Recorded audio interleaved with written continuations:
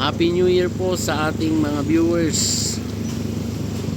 Happy 2026. Ito po kami ngayon sa Infanta, Quezon, sa Register of Deeds. Yan lamang po ang ating maliit na opisina, pero napakahalagang mga dokumento ang nandyan sa loob na yan. Yan po ang Register of Deeds ng Quezon, Infanta, Real, at nandyan po na kinukuha ang mga certified true copy ng titulo, at andyan din po ang huling submission ng mga dokumento sa pagtransfer ng titulo. Ayun yung mga nilalakad po natin. Ito po yung unang lakad natin sa taong 2026. Galing na po kami ng DNR, at ito na po, ngayon pong araw na to ay nagpapakompute po kami sa RD nung isang titulo na nabili po sa atin ni Ma'am Ryulin from Taiwan. At yun po ay isasabit natin dito. Alamin po natin kung magkano yung registration fee nung 1 hectare almost sa lugar ng barangay ng Kapalong. Yan pong Register of Deeds na yan, siguro naman ay pagka natapos po itong munisipyo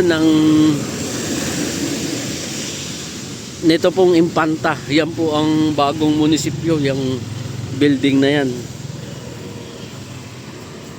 High-tech na daw po yan, at gagawin nilang lahat ay sensor. Ang mga ewan ko po, at yan po daw ay solar lang ang lahat. Napakalaki po niyan. So maganda po yung magiging opisina siguro nitong ating Register of Deeds.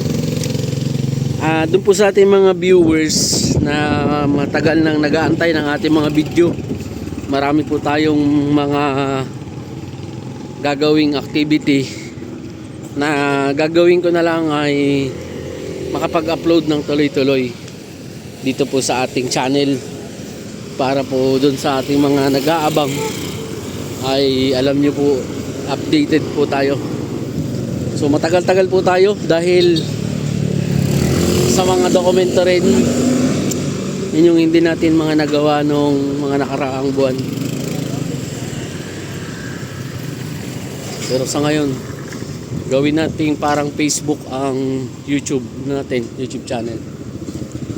Ito po yung RD.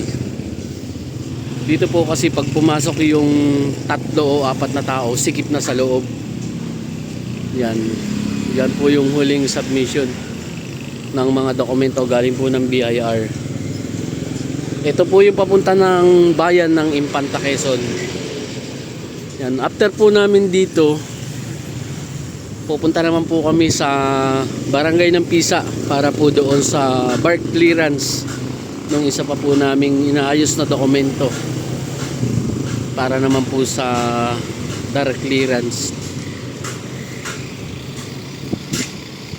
Yan, ito po yung papunta ng Manila. So yun lamang po sa ngayon, at Happy New Year po sa ating mga viewers ng ating YouTube channel, at sa lahat po ng mga sumusuporta at sumusubaybay sa ating channel.